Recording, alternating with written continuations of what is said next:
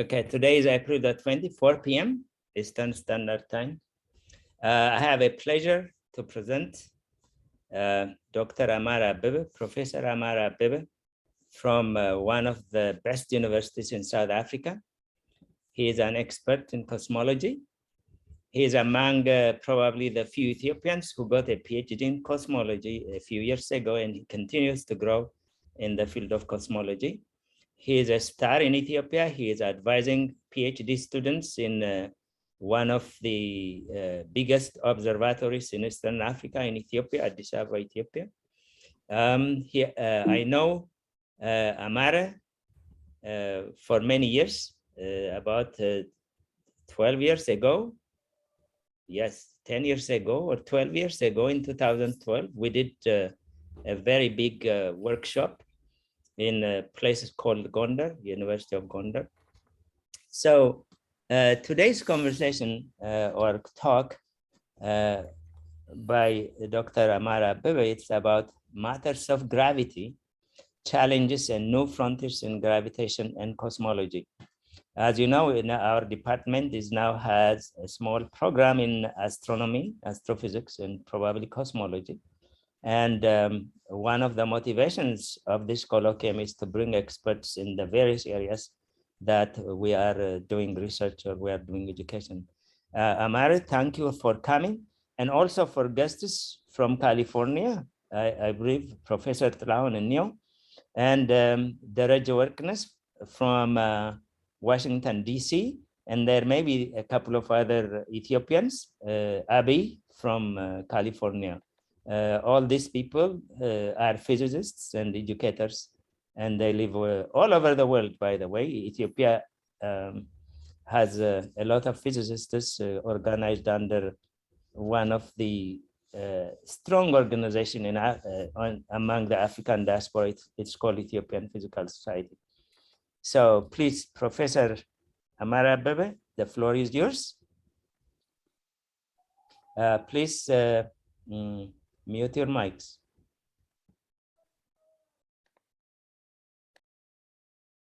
Right, thank you so much for the introduction and for inviting me to give a talk to your department. So yeah, I will talk about what I've titled as matters of gravity for reasons that you will soon understand. And the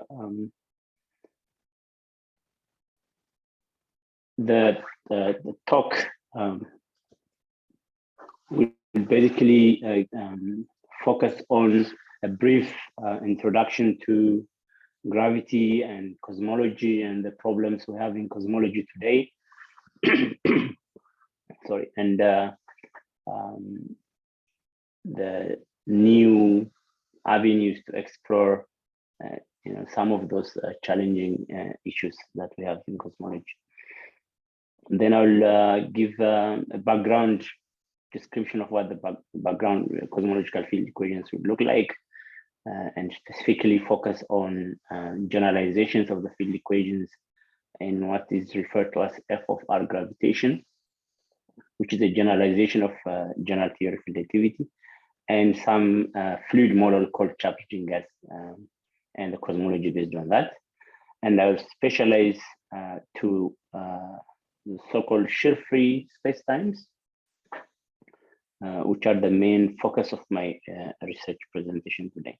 And on those under those spacetimes, I'll talk about the applications of the F of R theory and the charging gas cosmology that I just mentioned. And I'll give my conclusions and future outlook, what I plan to do in the future. All right, in the form of introduction.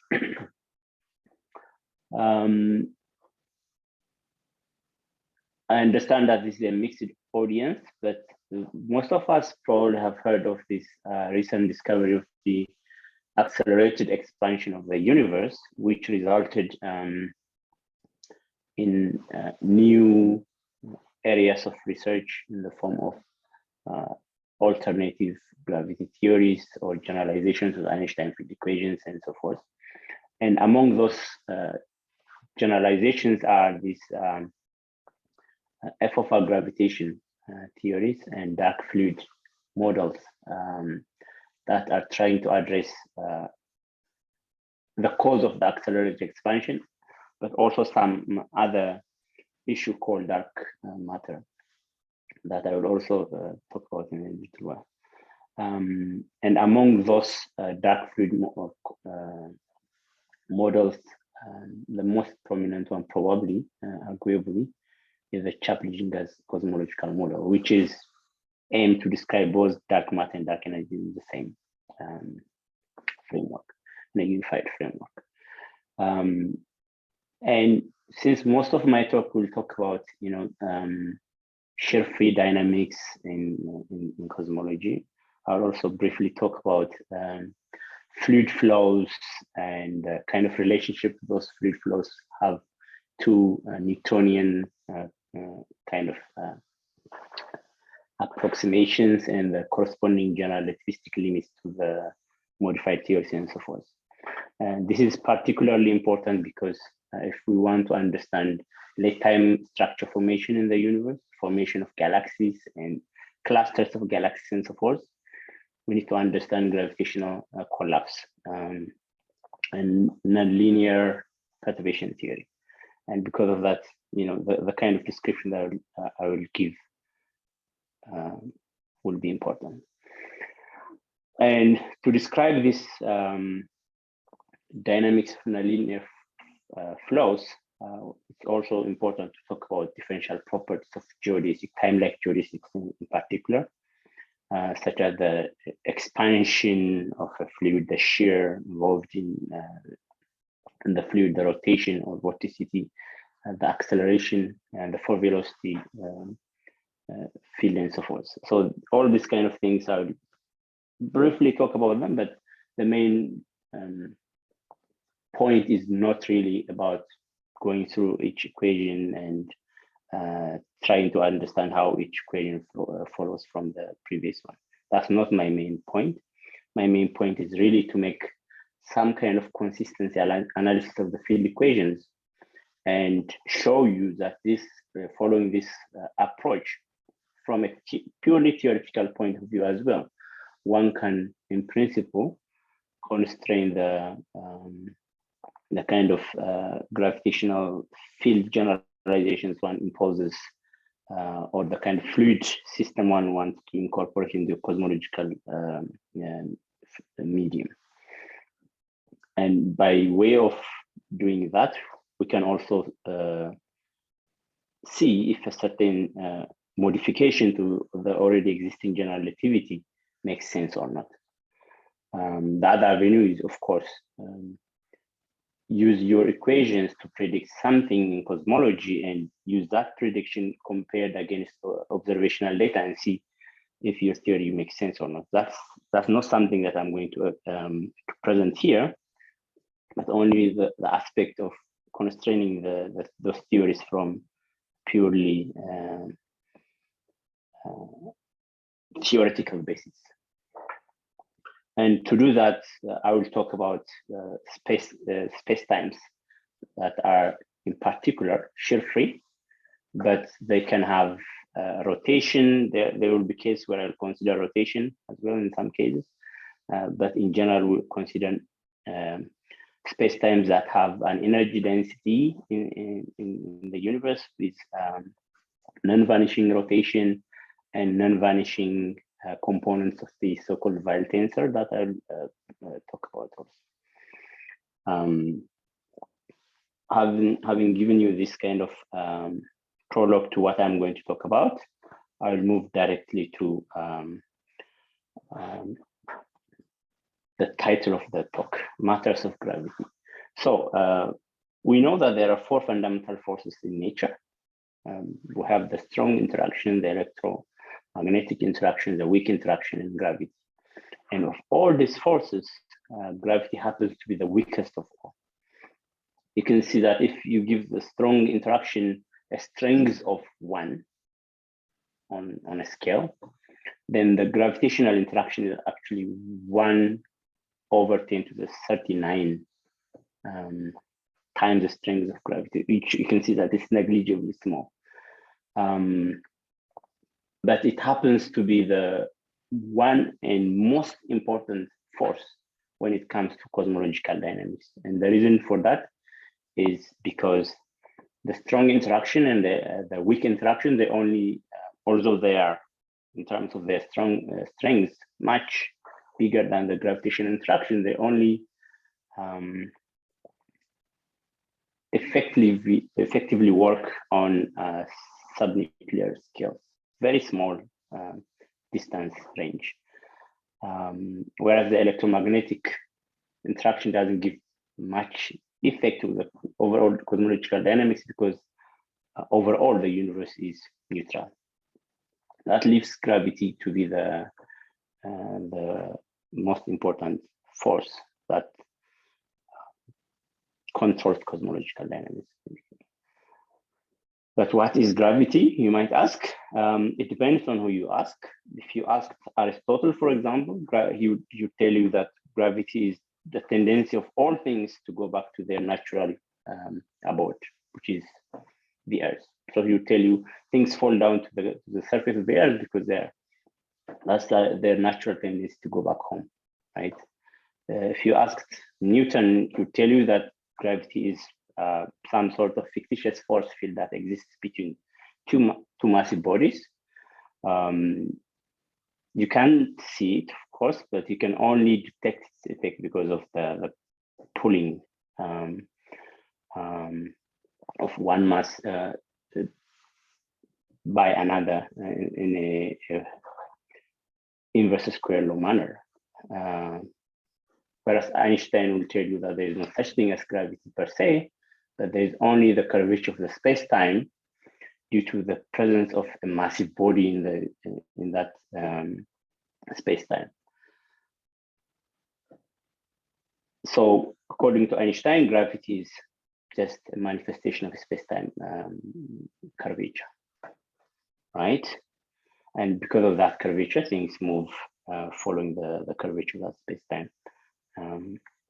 But when one talks about curvature, what do we really mean? There are three ways of looking at this.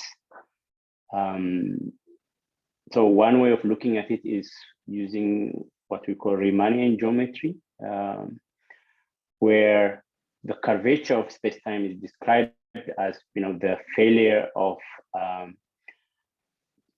a parallel transported vector to come back to its original position when it's transported along a certain closed curve. So this blue line, when you parallel transport it, it was supposed to come back to the original position, but you see that the green line there is not fully coinciding with the blue one. So this only happens if our space-time is curved. If it were flat space-time, rotate the vector, it will come back to the original position. So that is basically the theory on which general relativity is based. On the other hand, we have also another way of looking at gravity through the failure of a two parallel transported vectors, the green and the blue vectors that you can see there. You transport them parallelly, but they don't form a closed parallelogram. Under normal Euclidean geometry, you see that if you make another parallel line to the green one and connect it to the blue one that also parallel transport, they would form a parallelogram. And the non-closure of this parallelogram when the two vectors are transported along each other is what we call torsion, space-time torsion. And there is a whole theory of gravity based on that torsion description of gravity. And there's a whole cosmology based on that as well. The third option of looking at gravity as a space-time curvature is described through what we call the symmetric teleparallel equivalence of general relativity, and it's basically based on this idea that if you parallel transport a vector along a curve, it's supposed to preserve the length of the curve and the direction of the curve as well, the vector rather. But this variation in the length of the vector when you parallel transport it along a curve is what is referred to as non-metricity. And there is a whole program of describing gravitation and as a result describing cosmology based on this non-metricity of space-time and the theory based on that, which I just said is the symmetric teleparallel equivalence of general relativity. The second option is referred to as teleparallelism, and the cosmology based on that is basically teleparallel equivalence of general relativity and its derivatives being the cosmological aspect. Right. So the first option, which is the space-time curvature, is described by this top circle there. You see the action which involves the Ricci scalar R, and based on that you have general relativity, and you modify that by making your R in the action to be a general function of the Ricci scalar. That will give you the F of R theory that I'll briefly talk about today. You have the bottom left circle where you have your action given in terms of a quantity T, which is a torsion scalar, and you have the teleparallel equivalence of general relativity based on that, and you modify that to describe late-time cosmology that I'll talk about in a moment. Then you get this F of T theory of gravity, which is now being fashionable in the literature and the cosmology community. The third option in the bottom right circle, you have the symmetric teleparallel equivalence of general relativity, whose action is given in terms of a non-metricity scalar Q, and the generalization of that will give you what's referred to as F of Q, gravity and the cosmology based on that as well. So in the standard cosmology, our action is given by this equation there with a blue highlighted term lambda, which is referred to as a cosmological constant, which was later added by Einstein to describe a static spacetime rather. That was mainly because the equation 1.1 with GAB alpha beta equals T alpha beta described an expanding spacetime. And Einstein didn't like that, so he added this extra term in the form of an integration constant to describe a static spacetime. The whole idea at the time was, of course, that the universe was static and there was no need for an expanding spacetime. But you later regret it because we now know that the universe is expanding, and observations have also shown that unequivocally. So this term was abandoned for quite a while, and then recently it has been brought back to the field equations to describe something completely unexpected and opposite to what Einstein had thought. So this equation, the Einstein field equations, is actually looks like one equation if you look at it in 1.1, but it's actually a system of 10 coupled nonlinear hyperbolic elliptic partial differential equations. Extremely difficult equations to solve analytically unless you make a series of approximations such as spherical symmetry and so forth, and solve them for particular cases. No one has, even with the most advanced and powerful computers, no one has really managed to solve the full coupled nonlinear second order at that partial differential equations of general relativity. How about the other two versions of gravity or space-time curvature that I mentioned as teleparallelism and symmetric teleparallelism?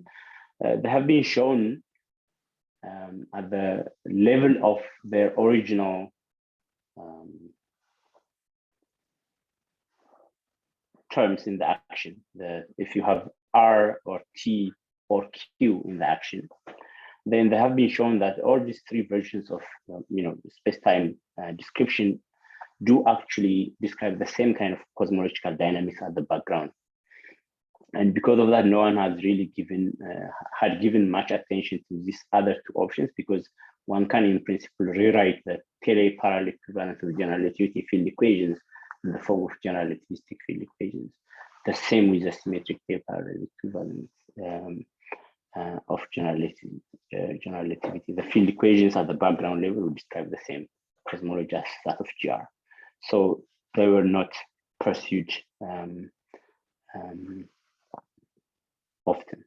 But with the current situation of dark energy and dark matter and other issues that we have in cosmology, people are now showing that if you consider the generalized versions, they don't necessarily describe the same cosmological dynamics as that of GR or its extensions. And so people are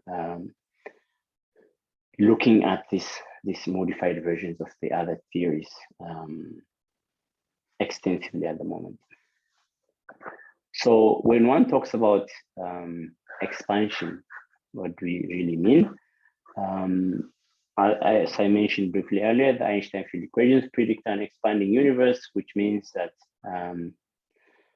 just to give a very simple analogy, if you have a pair of galaxies in the universe, and that is for almost all the galaxies in the universe on average, then you see that the distance between those two galaxies is increasing with time.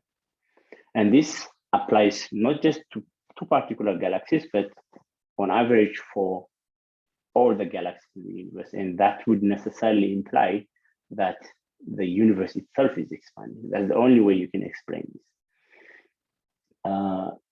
This is barring, for example, peculiar velocities between any two galaxies. And if the peculiar motion between galaxies is bigger than the expansion of the space-time between those two galaxies, you might see that the galaxies themselves are coming together.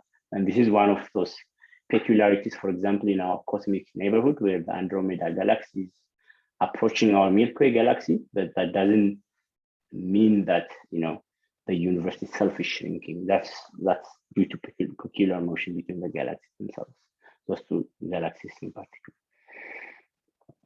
All right. Then we have the universe, which is in general filled with some sort of matter distribution, which is described by the energy momentum tensor. And the divergence of that energy momentum tensor is assumed to be zero. That divergence means that the energy density in the universe, the overall energy density in the universe, is conserved, and the conservation equation related to that is basically given by this equation at the top here. If you apply this equation to specific forms of matter that we know exist in the universe, like baryonic matter, for example, it scales with the scale factor as a to the -3. A is the scale factor, the relative size of the universe at a given time. If you have radiation in the universe, radiation scales as a to the -4. If you have the cosmological constant lambda that I showed you earlier, acting as if some sort of dark energy fluid, it remains constant over the evolution of the universe. So we have these particular properties. But the amount of matter in the universe determines the ultimate fate of its evolution, which is to say that if the total matter in the universe is above a certain critical density, we call that kind of universe a closed universe. We can think of it as some sort of a spherical geometry. And if you have that kind of geometry, the overall expansion of the universe will look like the one that you see at the bottom here in this curve, where the universe starts at a big bang and typically ends in a big crunch after some period of evolution. Could be, let's say, billions of years, depending on the actual dynamics. If you have a universe with the total energy density equal to a certain critical density, you would have a flat universe, the flat geometry that you see at the bottom here on the left side of this figure. And that kind of universe with zero curvature, K there describes the curvature of the universe, and it would expand forever was approaching a certain asymptotic limit, but in a rather boring fashion, nothing particularly interesting there.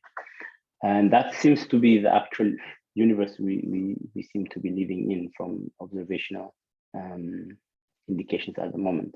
But the results are still, not conclusive. But then you can also have the total energy density of the universe below a certain critical density.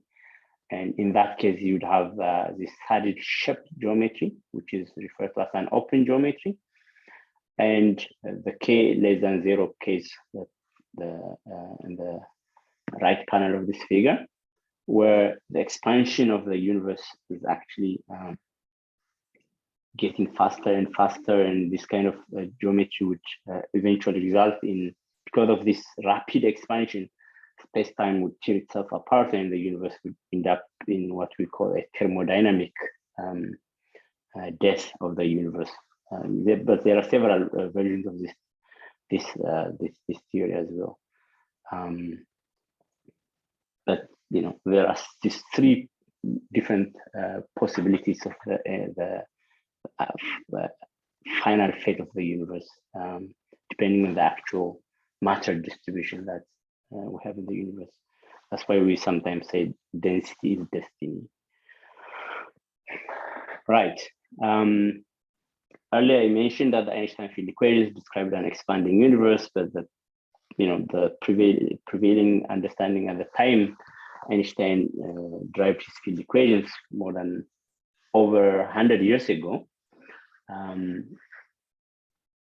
Those equations were not particularly liked because people thought the universe was, is, and will be as it was, without any kind of interesting dynamics in it.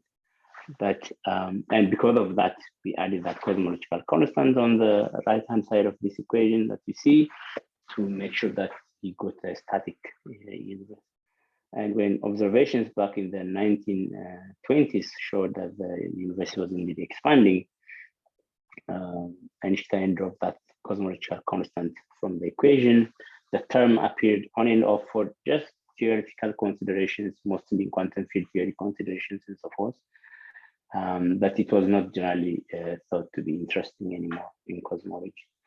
But recently, and I'm talking about the late 1990s, because of this unexpected discovery that the universe is expanding at an accelerated rate, this same quantity was brought back to the field equations. I'll show you why it was thought to be the easiest fix to the accelerated expansion problem. But there are two major problems that come with this simple fix to the problem by adding a cosmological constant. And one of them is referred to as the cosmological constant problem, which basically shows that there is a 120 orders of magnitude or thereabouts discrepancy in the predicted values, the actual numerical values of the energy density due to this cosmological constant, if it is indeed a candidate for dark energy, and the one that's predicted by quantum field theory that I said earlier was one of the main considerations of lambda during the intervening years. So the one predicted by quantum field theory is basically 120 orders of magnitude more than the one required for cosmology. Two theories predicting the same thing, but in these vastly different magnitudes. And because of this, it has been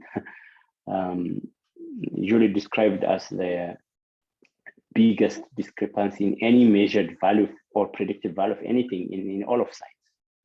And as a result, people think that this cosmological constant thing is problematic.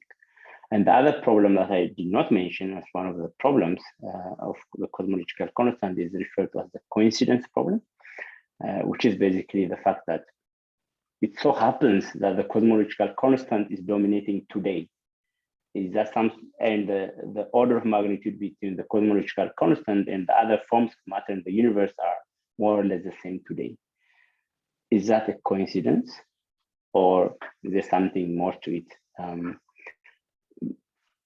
I personally think that it is not as big a problem as the cosmological constant problem, but many people think that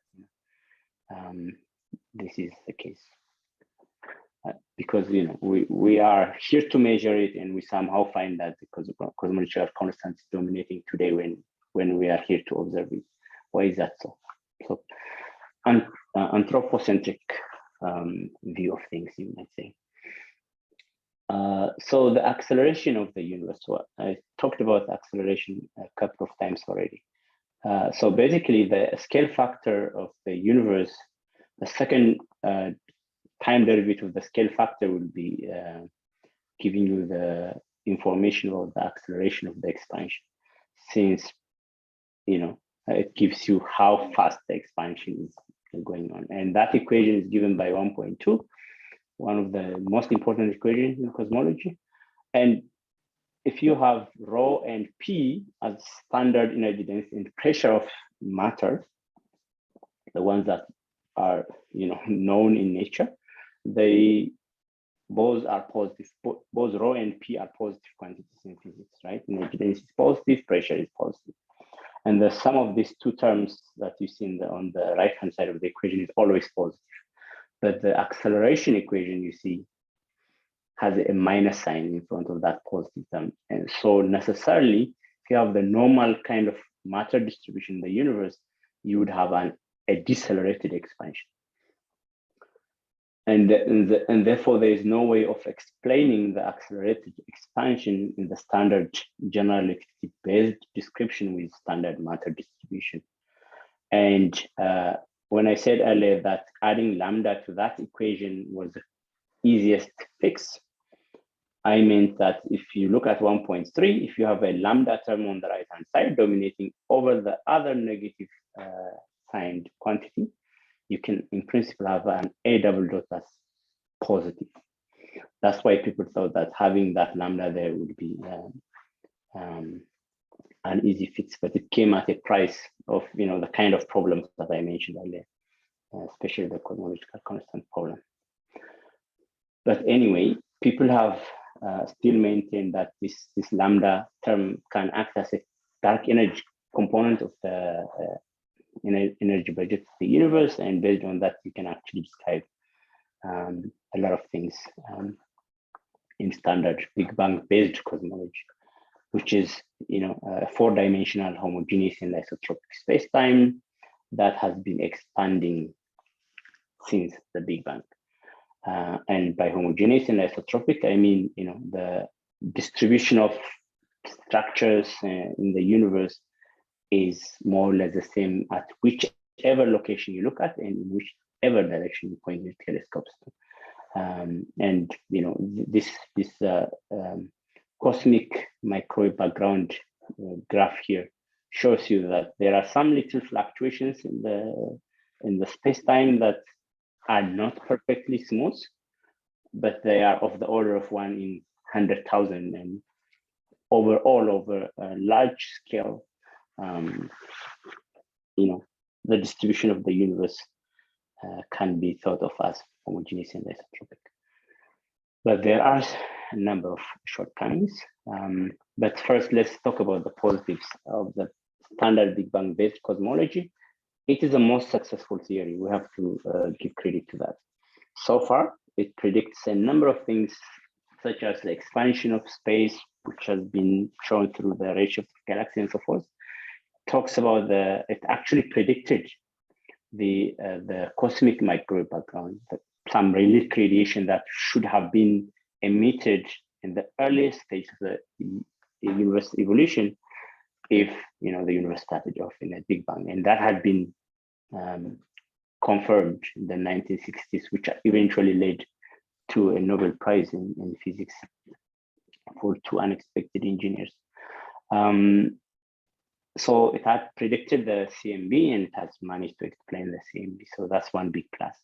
It also explains, Big Bang nucleosynthesis, how the primordial elements of the universe formed and led to the larger elements in the later stages of the cosmological evolution. It also describes galactic evolution and distribution. So typical astronomer might probably tell you that there is no problem in the standard general relativity-based, astrophysics, because on astrophysical scales, things seem to be fine. The problems start to trickle in when one considers larger scale cosmological dynamics, mainly in the form of the early universe problems, things like horizon problem, for example. If we started off in a standard, smooth, expansion of the universe in a homogeneous and isotropic manner, one can, for example, not explain how the large-scale structures in the late-time universe formed, because we need inhomogeneities in the universe to produce those structures through gravitational collapse and the formation of overdensities and underdensities and so forth. So that's one of the problems. The other problem is the so-called horizon problem. How did the universe end up having similar properties? I mean, all the, largest possible separations of the space-time when, one needs, for example, causal relationships which travel at most at the speed of light to communicate between those two space-time patches. But if we look at the current separation of those space-time patches, they could not possibly have communicated the finite age of the universe for them to share similar properties. So this is one of the early universe problems that was puzzling people for a while, especially back in the 1970s and so forth. And the flatness problem, that why is the universe so flat today? For example, if it started off at a certain value of the space-time curvature in the earliest universe, it could have evolved in all possible scenarios, but it has maintained that special flatness and so forth. And then there is this issue of the magnetic monopole problem. Quantum field theory predictions, the earliest cosmic environments where the temperature was extremely high and so forth, would require the formation of large number, if not infinite number, of magnetic monopoles, for example. But none has been discovered so far, and why is that? So these are early universe problems. And then there's this late time or large scale problem, the existence of dark matter, which I'm sure most of you guys have heard about already. That has been indicated in the form of the variation in the rotational curves of galaxies. For example, you see in this bottom right picture, you have the certain predicted curve that satellite galaxies would follow when you measure their velocity versus distance from the center of a galaxy. But you see that curve B flattens out as you go further away from the galactic center, instead of the falling curve predicted by A, and this kind of issue. So we have that rotational curves of galaxies problem, and there's also this unexplained amount of structures that form in the universe that could not have happened using the limited amount of baryonic matter that we have in the universe. So because of this, people think that there must be some sort of dark matter. And then the other big issue is the cosmic acceleration, and what could be the cause for it? Is it really dark energy that is sourced by the cosmological constant, or is there more to it than that? So these are basically the main problems that we have at the moment, and they need to be addressed as soon as possible. So putting all this together, you have, for example, an over 68% of the energy budget of the universe existing in an unknown form called dark energy. You have about 27% of the the matter energy budget in the form of dark matter, and you have barely 5% of all the stuff that we see in the universe, the galaxies and everything that we see, stars, people, and so forth. That is just 5% of the stuff in the universe. So we live in a 95% ignorance, basically.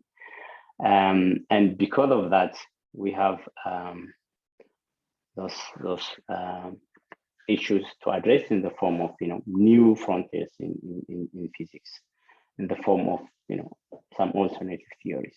So, for example, to solve the early universe problems, people have introduced this early accelerated phase of expansion called inflation that happened fractions of a second just after the Big Bang, the universe increased about 100-fold, right? 2 to the power of 100 times, in a matter of 10 to the 35 seconds, in a very, very small amount of time. It expanded to a very large extent. And that seems to have solved most of the early universe problems just using this mechanism. The details are, more complicated than just a picture like this, but people generally think that this kind of mechanism can solve the early universe problem that I talked about. For the late time cosmological issues, there are a number of issues, possible candidates that have been proposed in the form of, for example, inhomogeneous cosmological models. What if that homogeneity assumption we made is not really correct, and one needs to take into account the inhomogeneity of the universe that exists? Can that solve some of the problems in cosmology? And this is one line of research in cosmology at the moment. Another possible avenue is this idea of a homogeneous but anisotropic cosmology, one in which I am also involved, but I'm not going to talk about that at the moment. There's also changing fundamental constants. What if what we call constants, like the gravitational constant or the cosmological constant lambda, the speed of light, and all those other so-called fundamental constants are not really constants, but they evolve over time.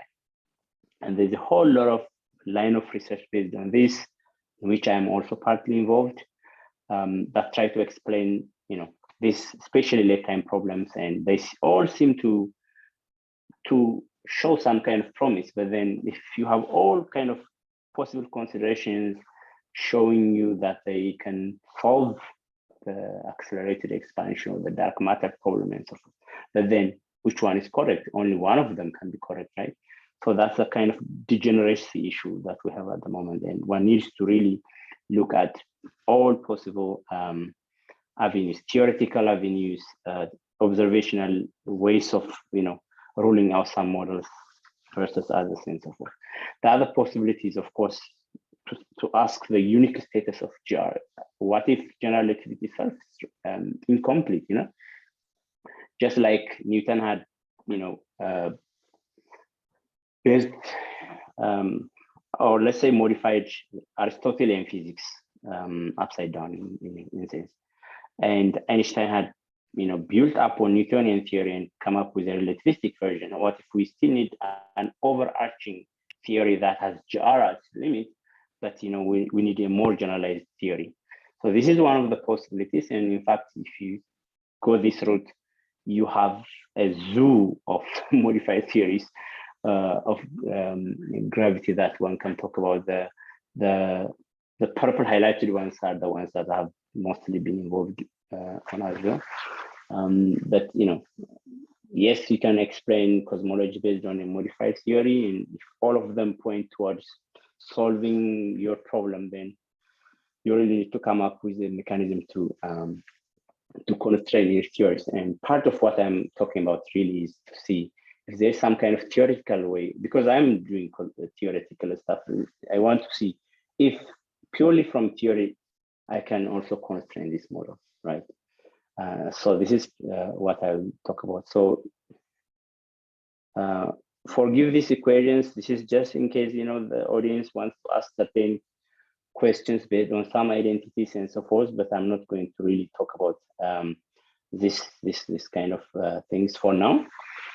But the important thing is really that if you have a 4-velocity vector field in certain describing certain matter distribution in space-time that can be split into the acceleration term, the expansion term theta, the acceleration term a, the shear term sigma there, and the vorticity term omega there that you can see in this form. Then based on the kind of assumptions that we make on the form of these geometric properties, we can get certain theoretical constraints on the model. And then you have this so-called Weil conformal tensor that can be split into this E alpha beta and H alpha beta quantities that describe, the free gravitational field, which in Newtonian analogy means kind of tidal forces. And then you have this H alpha beta, which is referred to as the magnetic component of the Weil tensor, which is very important, especially if one needs to talk about the propagation of gravitational waves and so forth. This quantity is important. If it's not there, you have a quasi Newtonian formulation. But in general, if H alpha beta is there, we do not have a Newtonian analogy, because Newtonian gravity, we don't have gravitational waves. Right. So let me just give you a brief description of what the F of R theory of gravity looks like. It basically generalizes your action, the Einstein action that I showed you as R, it becomes F of R there. The blue highlight is just the extra term that comes as a result of this modification. And you see that you get more terms on the right-hand side of the Einstein field equations. Simplest generalization, it comes with one extra degree of freedom. But because of this extra degree of freedom, you have now the freedom to explain a lot of things in the background cosmology. But we need to look at observational constraints and theoretical constraints, which usually come in the form of integrability of the field equations. Observational constraints, yeah, there's a lot of work going on in that direction as well, but that's not what I'm going to talk about now. So if you look at these blue terms, blue highlighted terms on this page, these are all things that come as a result of the modification of the general theory. All these terms would be zero in the general relativistic limit. And because of this appearance of terms, for example, the first term there is an extra term that comes to the energy momentum component. So you have energy density, pressure, heat flux, anisotropic pressure, and so forth. These things would be zero in jar. They are there for free in a modified theory. The equations become more complicated, of course, but because of these additions, you have the freedom now to say, okay, this could play the role of dark energy, and this is just to show you that all the quantities that I showed you earlier, the energy momentum, pressure, expansion, and so forth, they have their own evolution equations, and they are constrained by this set of equations. The moment you have one quantity removed from the field equations, then your field equations will not propagate properly, because they have to be satisfying these constraint equations as well. So there has to be a constant check of the consistency of the field equations if one needs to make certain assumptions in the field equations. You cannot just remove one quantity. Okay, let's assume that the shear is zero. Okay, but then there will be some inconsistency in the field equations. So you have to go through all the field equations and see what new constraint equations will come as a result of that assumption of the shear free universe. Right, the second option that I mentioned from the beginning is, to consider, okay, let's not modify gravity, but let's consider a modified form of matter on the right-hand side of the Einstein field equations. And one of those widely explored models is what we call a Chapter gas model, which has a negative pressure, as you can see in this equation, P equals minus A over this term there. It's showing you that by construction, you have a quantity that has a negative pressure. And this negative pressure is actually needed if you want to describe a dark energy fluid that expands the space-time in an accelerated fashion. You need that kind of negative energy contribution, negative pressure contribution to the matter energy density. Right, so it naturally behaves both as a dark energy and dark matter, because if you look at the solution that's given here, you see that in early universe limits, it behaves as h to the minus 3. I showed you that that's how the energy density of baryonic matter and all those non-relativistic forms of matter that we usually call dust behave. And at the late time limits, it behaves like a constant. Could that be, the cosmological constant, but described in a different way? That's one of those possible avenues. So this is called Chapter-Gas model, is widely explored in the background cosmology, but there seems to be some literature lacking in terms of describing the, perturbed levels, because most of the things in the universe, they do not evolve in the background only. They are highly perturbed. We live in a highly lumpy, highly perturbed situation where structures always form and so forth. So how does that play out when one considers the deviations from the background expansion history? So we need to look at the consistency relations that might arise as a result of these considerations as well. So one of those consistency relations that I want to look at are the shear-free limits. And there is, a whole motivation for considering shear-free limits. I will not talk in detail about that. But one of the most interesting aspects of this shear-free universe is that they do not allow certain type of expansion, which is, if you have a universe that's filled with standard matter distribution, like dust fluids, it has been shown over the years that this kind of universe cannot expand and rotate at the same time. This is contrary to our Newtonian limit. If you have a Newtonian universe, nothing stops such universe from expanding and rotating at the same time. So because of that, considering shear-free universes is an interesting aspect. So I will just briefly talk to you through what we have found if you consider FOR theory instead of GR. And one of the things that I just want to quickly show you is, because of this blue highlighted term that comes in our field equations when we consider the shear-free limit in FOR theory, we showed that an FOR theory described spacetime can actually expand and rotate. Something not allowed in GR, but something that you can allow if you modify the theory.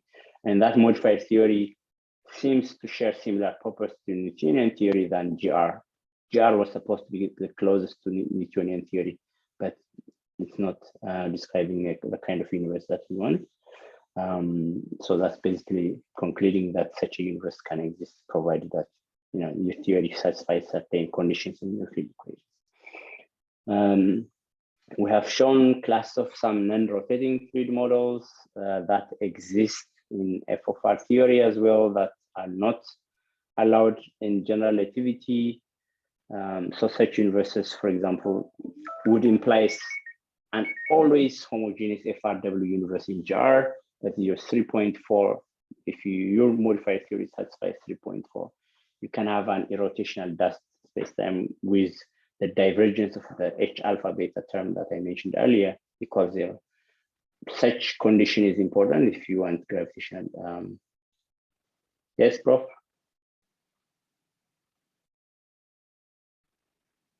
Prof. Abebe, I see your hand up. All right. So I was saying such universe can not exist in GR, but they are allowed in FOR theory, provided that 3.4 is satisfied and so forth. And then you have this interesting class of models called Quasi Newtonian and Anti-Neutrino models. I'm not going to talk in detail about them, but they are very interesting in that they are the closest to a Newtonian theory that we have, or they are the farthest from a Newtonian theory that we have, depending on whether your H alpha beta is 0 for quasi-Newtonian limits, or your E alpha beta is 0 for anti-Newtonian unit limits. And we have shown through our consistency relationships of the field equations for modified theories that such universes can exist and can evolve in a stable manner in FOR theory, but such universes are not allowed in the general relativistic limit. So I thought that I'll share some of these interesting results to you as well.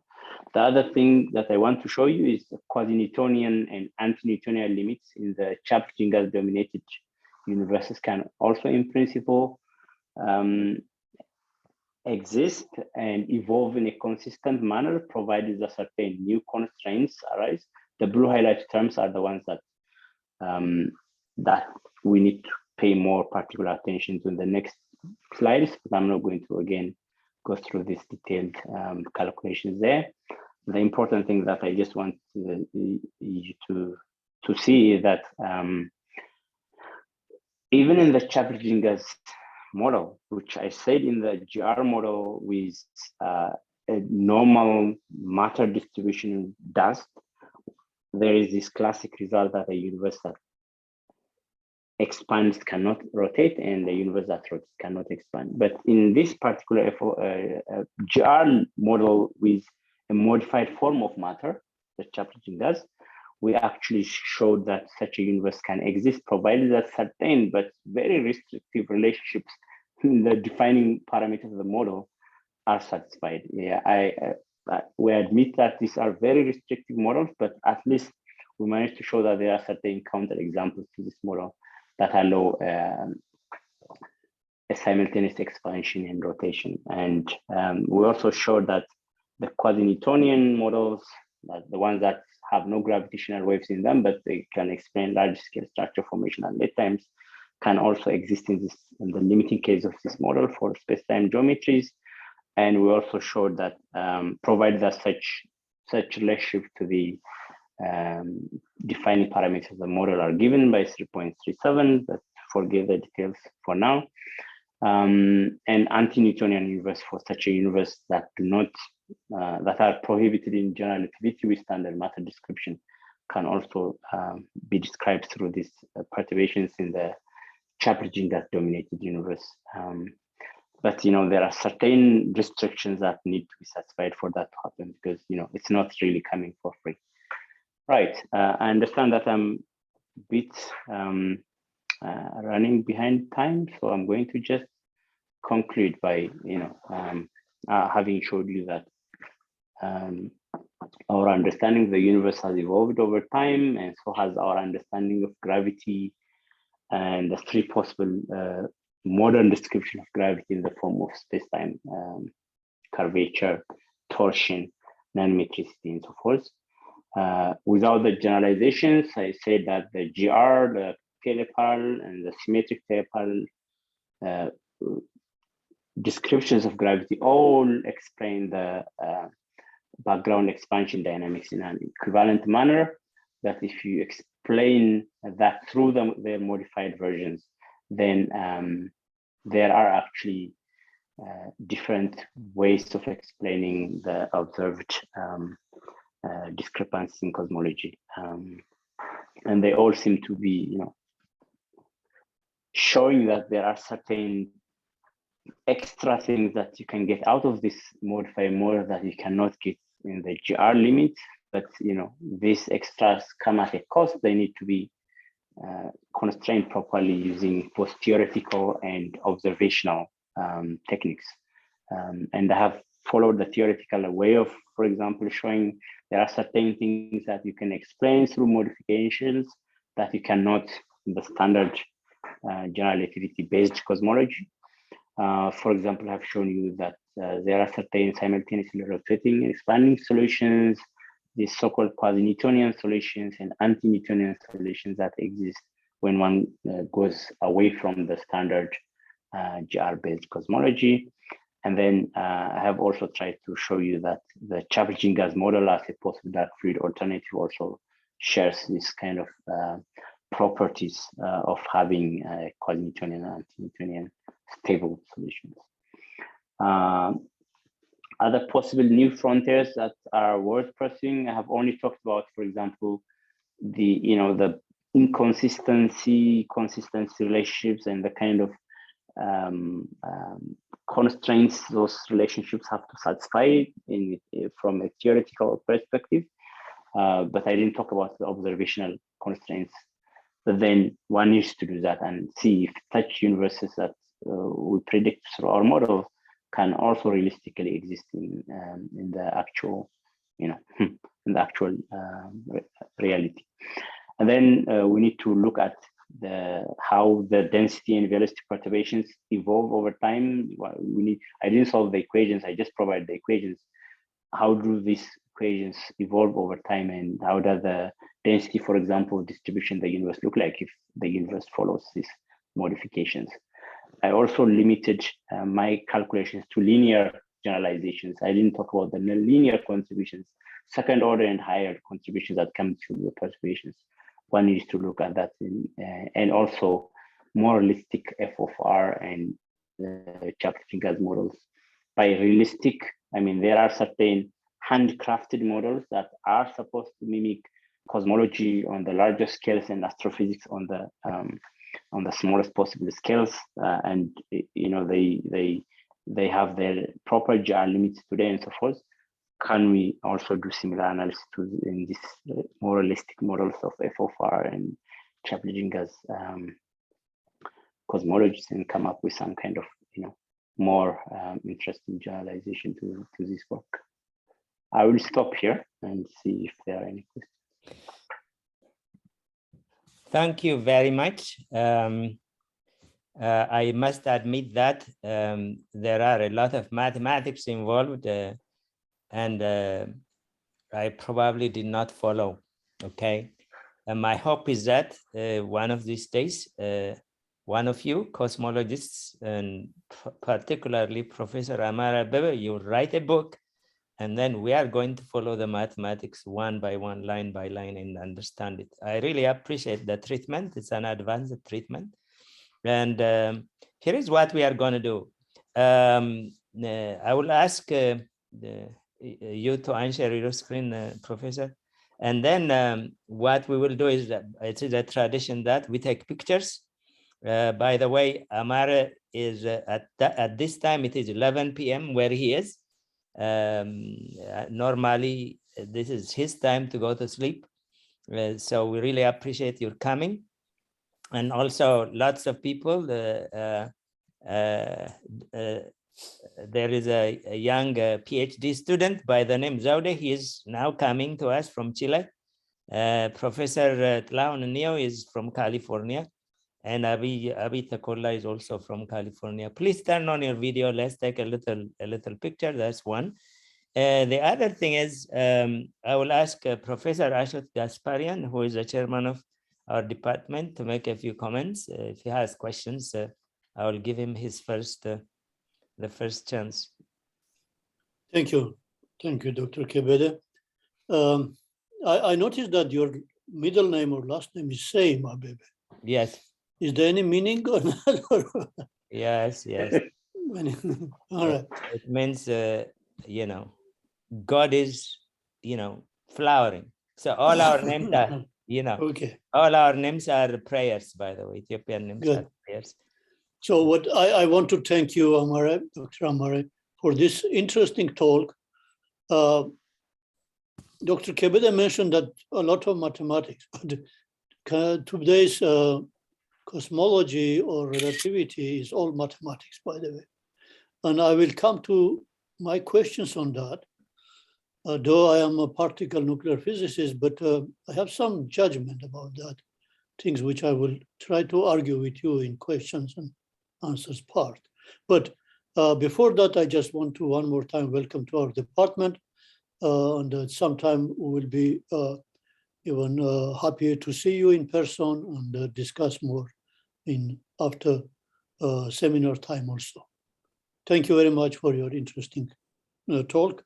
And I have some questions, but I will leave a chance to my colleagues to ask the question first. Very nice. Please ask questions. Okay, I'll begin. In one of the slides, you have mentioned that some of these constants, some of the parameters that we call constants, for example, the universal gravitational constant, for example, one of them, the speed of light is constant. That's what we say. You mentioned that, going from that idea of constancy could be one of the ways. In what ways will this, parameters being variable, help the understanding of the universe? Right. For example, I can give you a very simple description of how changing the gravitational constant, the universal gravitational constant would help, right? Mm-hmm. So gravity has this tendency to pull things together. So for all the large scale structures, under strong gravity would tend to come together rather than fly apart from each other. So that would slow down the expansion. So you would expect a decelerated expansion if gravity is too strong. But if you relax that assumption and let the gravitational constant decay over time, then the universe is now gravitationally getting weaker and weaker, and there's no strong gravity to bring those galaxies together and hence space-time together. And the weaker the gravitational field, the more freedom these galaxies would have to fly apart from each other faster and faster. The weaker the gravity, the faster the expansion. So that could explain, for example, the accelerated expansion. And we have shown, myself and my collaborators and so forth, through detailed calculations of field equations, when you let this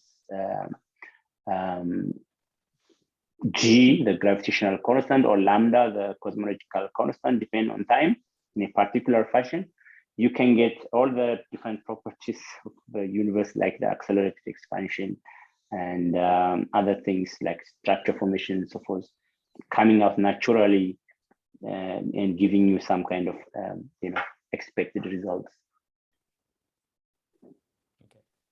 Okay. Professor Lahun. Okay.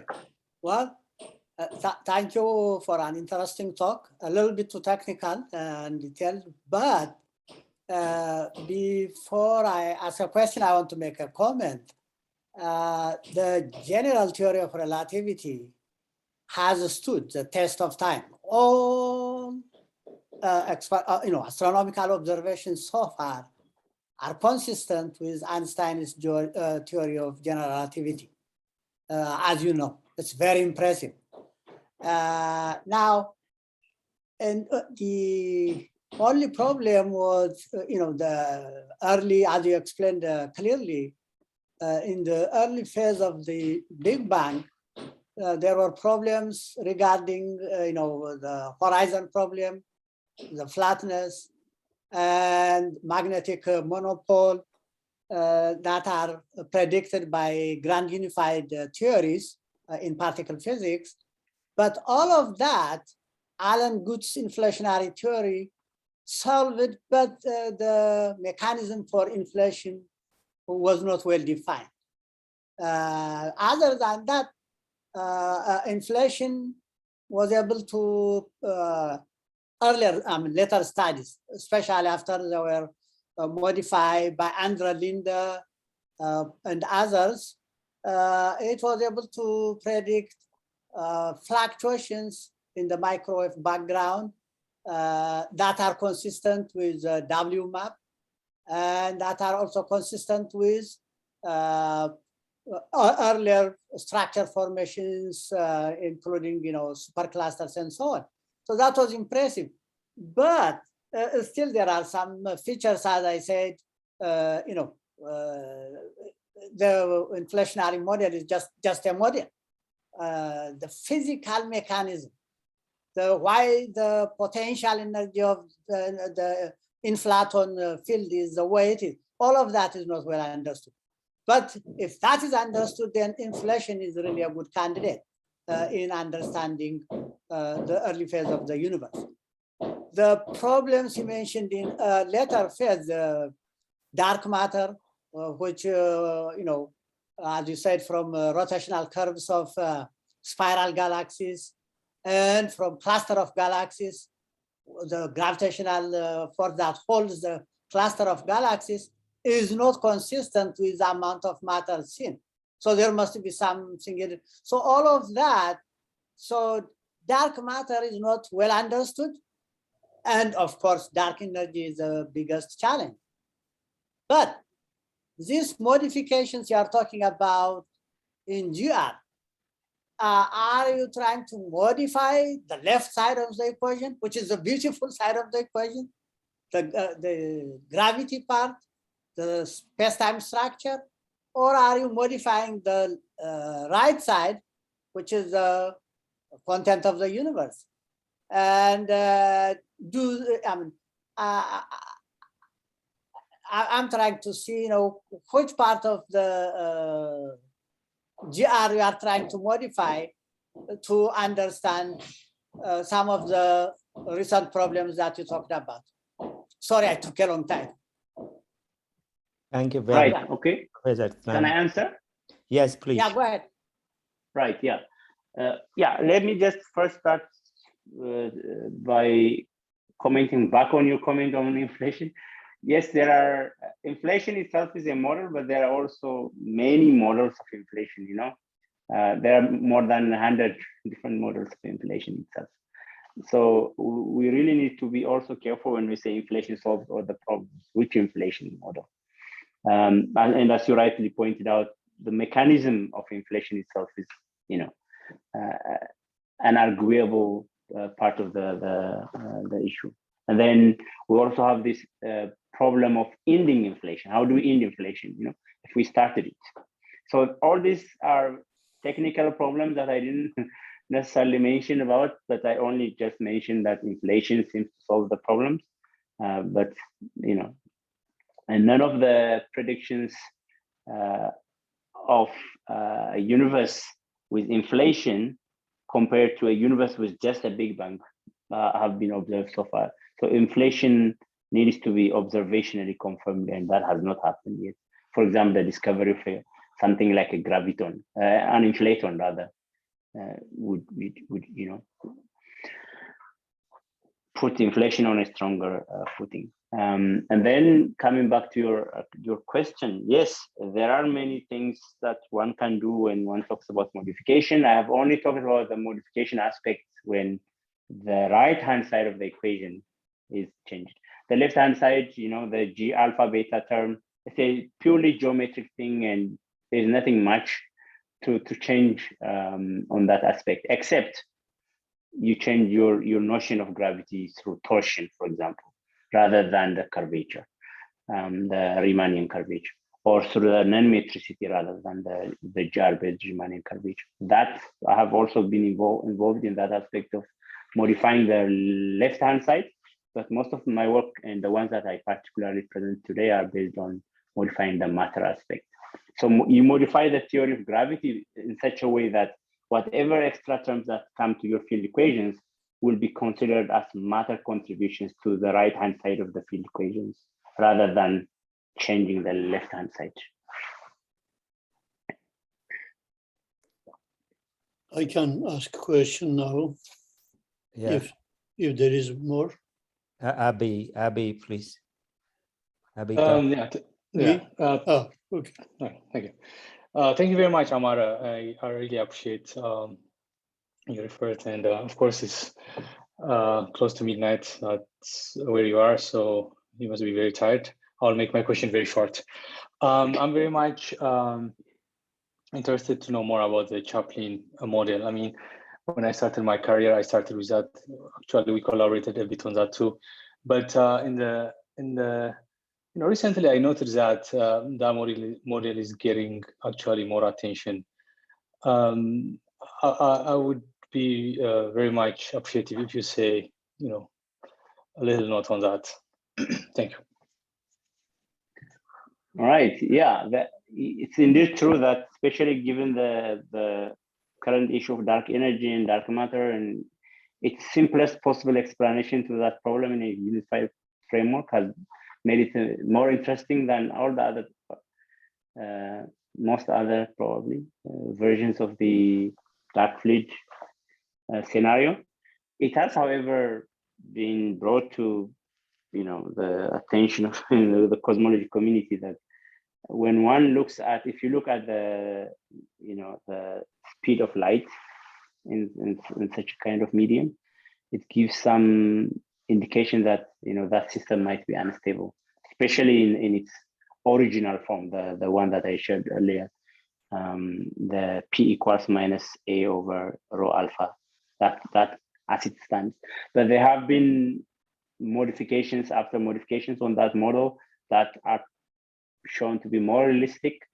And in fact, recently I've been involved in some research together with my graduate students where we try to observationally also see which model of all the different possible models show the most promise to observational data.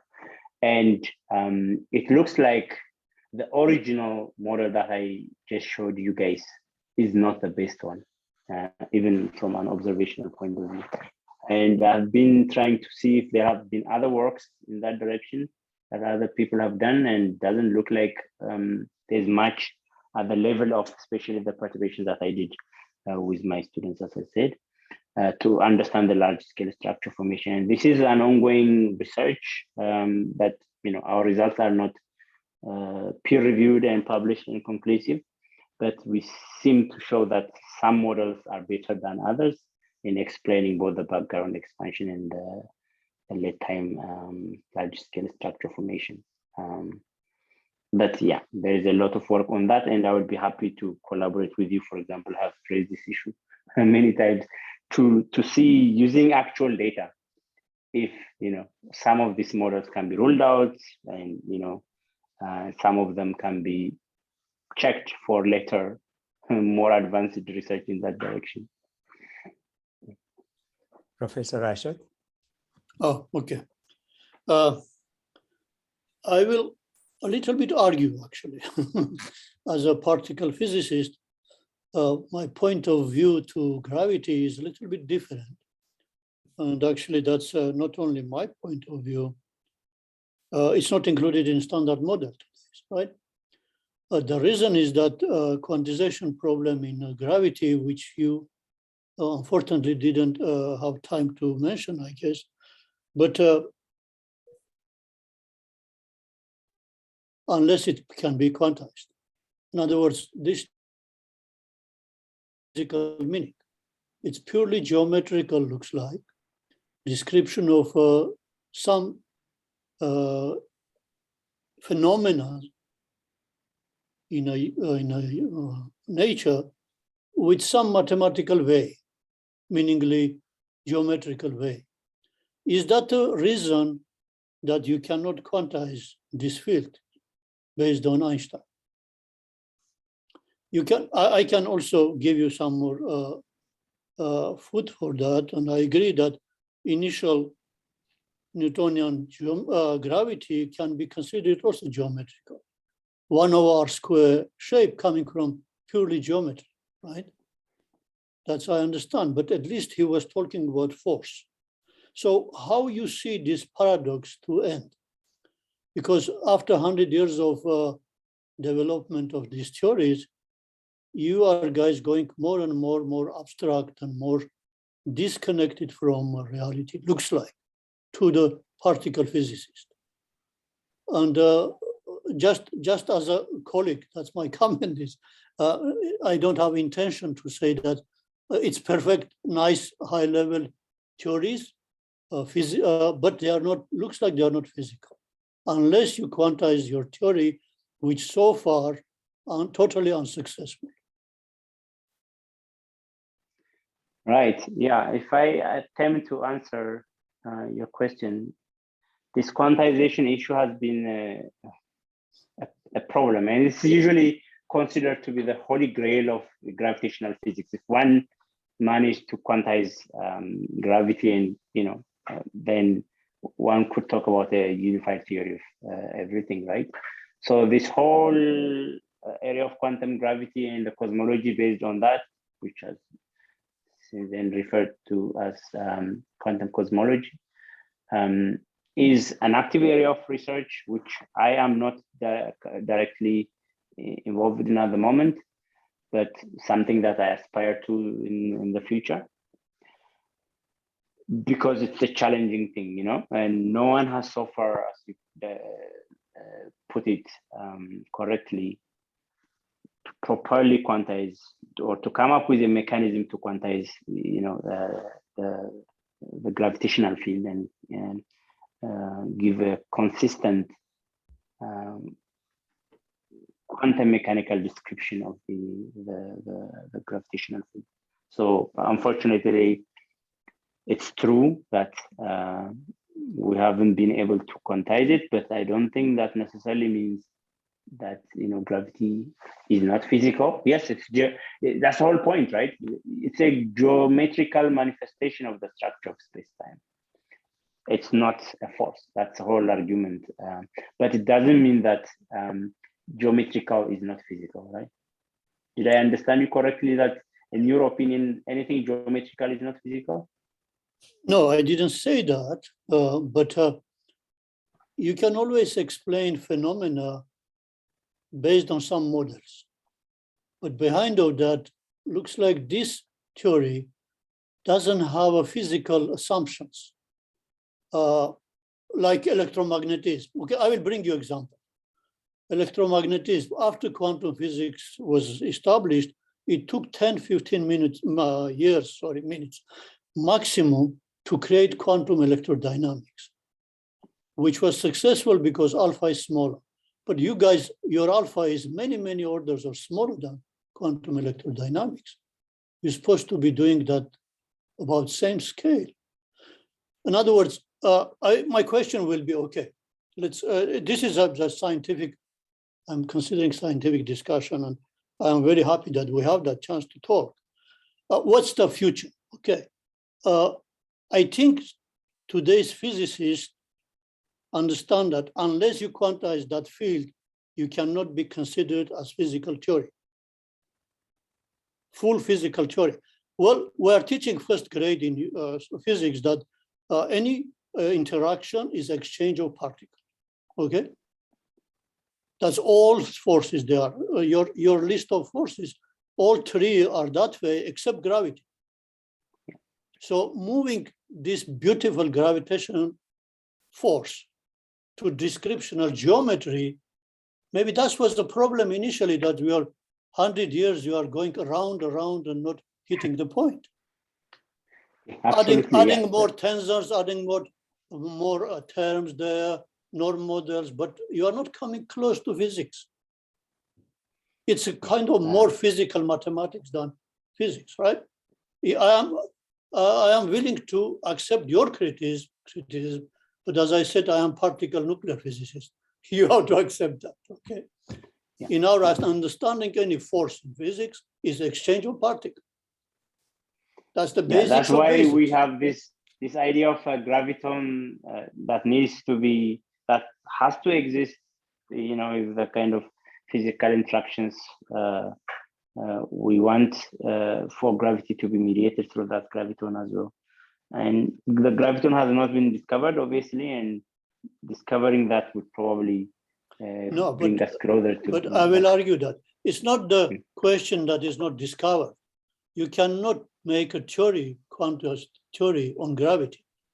Theory doesn't exist. It's not discovery issue, right? You will agree that? Yeah. Yeah, so this discovery is not issue unless you have a theory.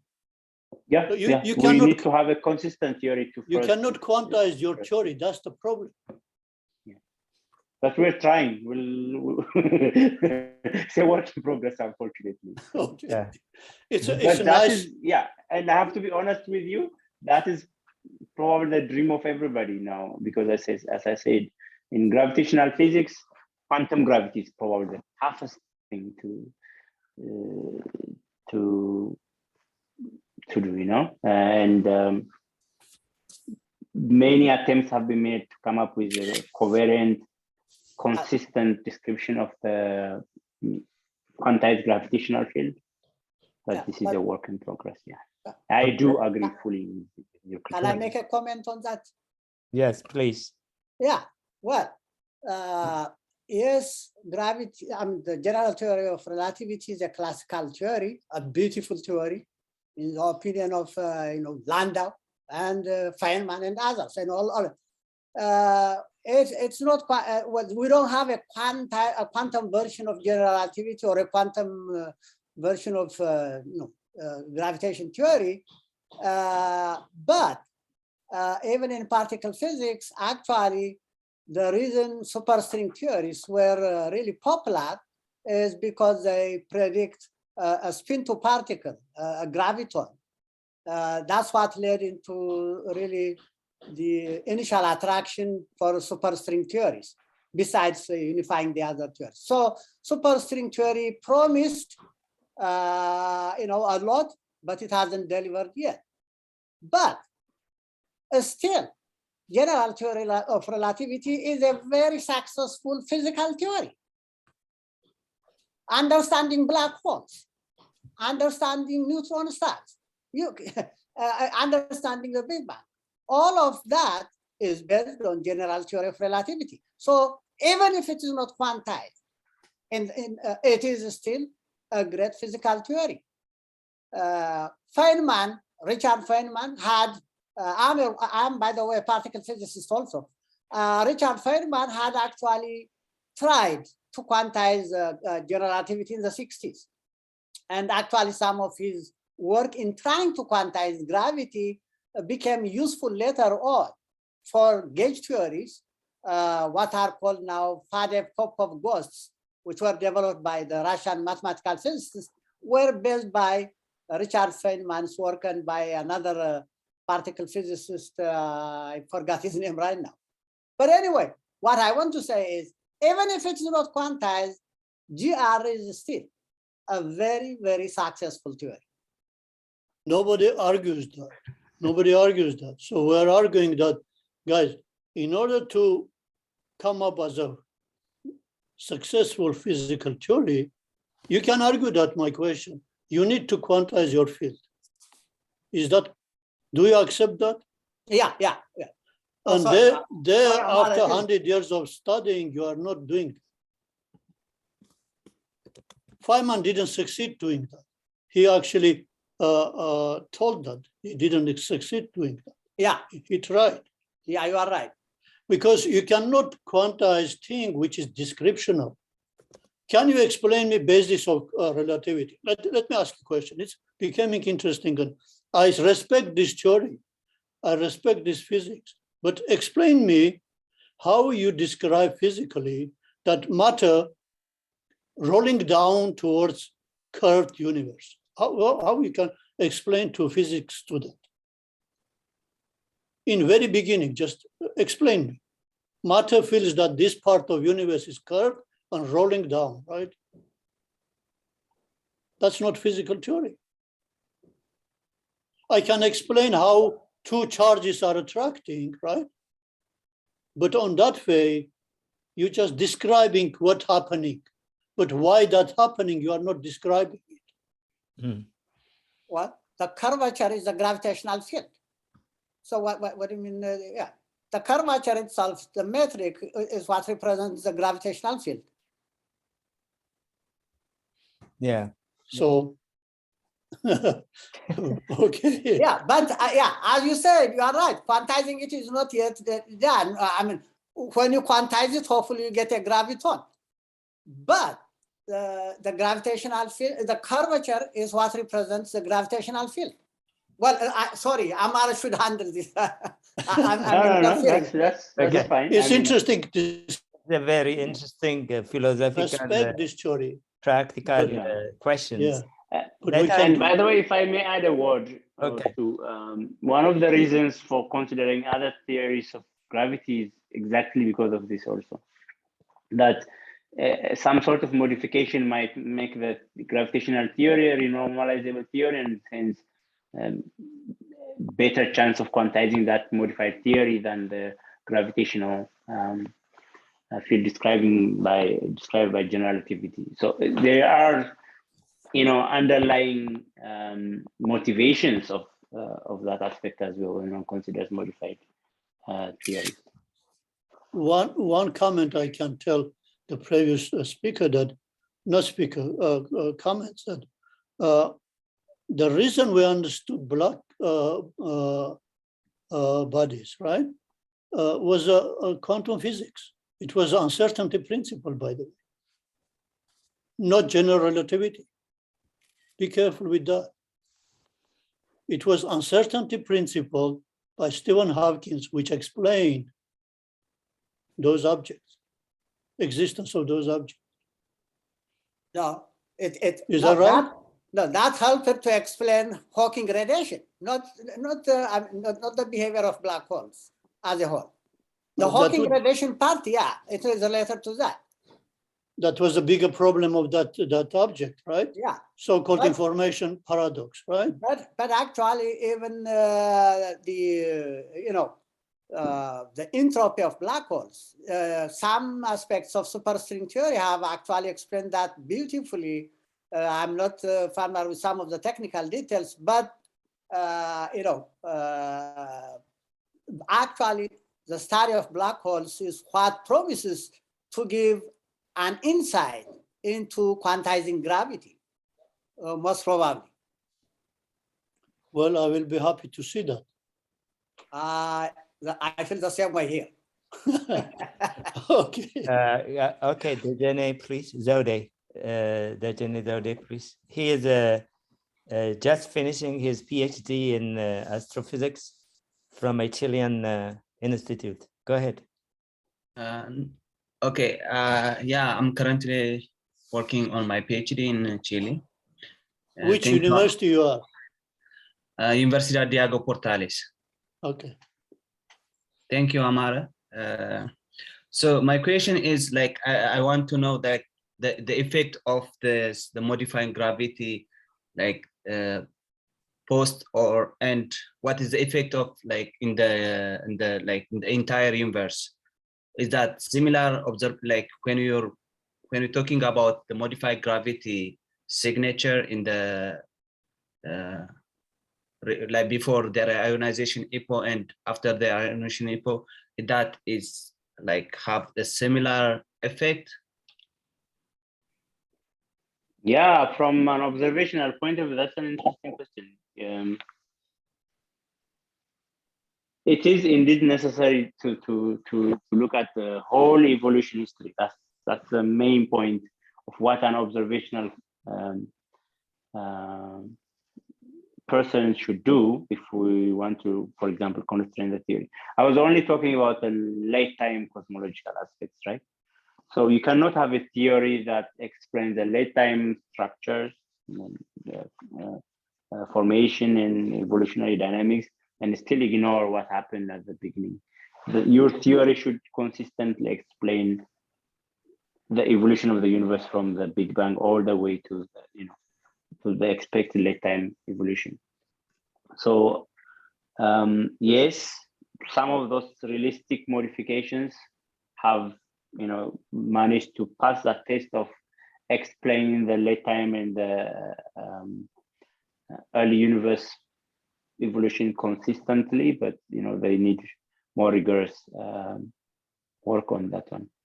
I haven't worked on that aspect myself directly, but I still think that if we want these models to pass the test of all cosmological probes, we cannot just focus on the late time and the background expansion history and ignore what happened in the ionization era and before. And yeah, there is a lot of work going on in that direction. I know, for example, some colleagues of mine in some other universities in South Africa are involved in the SKA and Meerkat and other observational studies to see what happened at that time in terms of this modified theory. So I'm looking forward to hearing what people will say in that direction.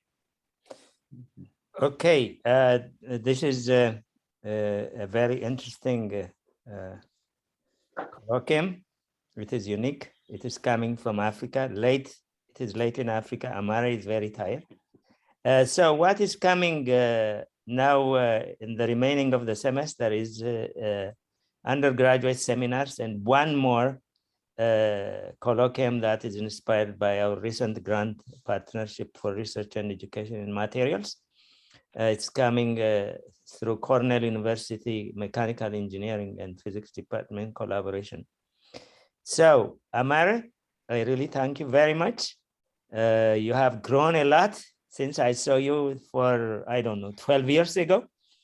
And for the Ethiopians, Professor Tlaun, as you can see, there are opportunities for us to have more colloquium. Perhaps you may consider giving a colloquium here in our university, including Abi, and also Dereje. Zaude, when you finish your PhD, you can come and give a talk here. So thanks to technology, we can talk to each other from wherever you are, it will happen. So, and also our department is very interested to recruit students from all over the world, including the United States. So please, if there are students who want to do their masters and PhD, just send them to us and we'll see their resume, okay? That's another objective of this colloquium, to really find collaborators around the world to help us grow our physics department. And also, every now and then we are advertising professorship positions, and sure, consider to apply here too, okay? So one last thing, Dr. Kebede. Yes. I just want to thank you for this fundamental talk and very nice discussion. It's really the edge of physics. That's why we're having comments on the difference of opinions. It's a most fundamental thing that we can discuss in physics department. Thank you for that. And also, thanks also from my side. And also, from your side, you can invite us to give a talk in your departments. We have a cosmic ray physicists, nuclear physicists. By the way, you have to read the profile of Professor Ashot Gasparian. He is recently an APS fellow. He's one of the people who is measuring the proton radius, and you may want to know some physics over there. So we can invite each other. This is what we'll do. For the Ethiopians, I will come back to you again, for more conversations and talks and things like that, and something we can do in Ethiopia. In person. In person, yes. And also, yes. And also I heard, Professor Tlaon, you are working with Waldia University regarding books and issues like that. I heard from one group. So we'll talk about that too. Thank you very much. This is what I have. Rest well, okay? Abi, it is nice to see you. And everybody, please be safe. Happy Ethiopian Easter. It's coming up. Same to you. Thank you very much. Nice Thank to see you. you. Happy Bye. also Bye. Greek Bye-bye. Easter, Greek. Yes, Good Greek, night. Greek and Ethiopian Easter, Yeah. yes. Good night, Ethiopian, Amara. Don't forget it's Armenian too. Armenia. Oh. Oh my God.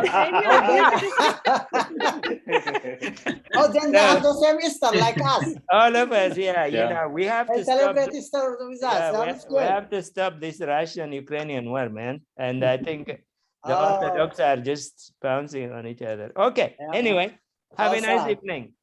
Good All night. right, bye-bye. you. Good night, Bye. Amara. Bye-bye, guys. Bye. You guys have a good afternoon, guys. Bye. Happy Easter. Bye. Thanks.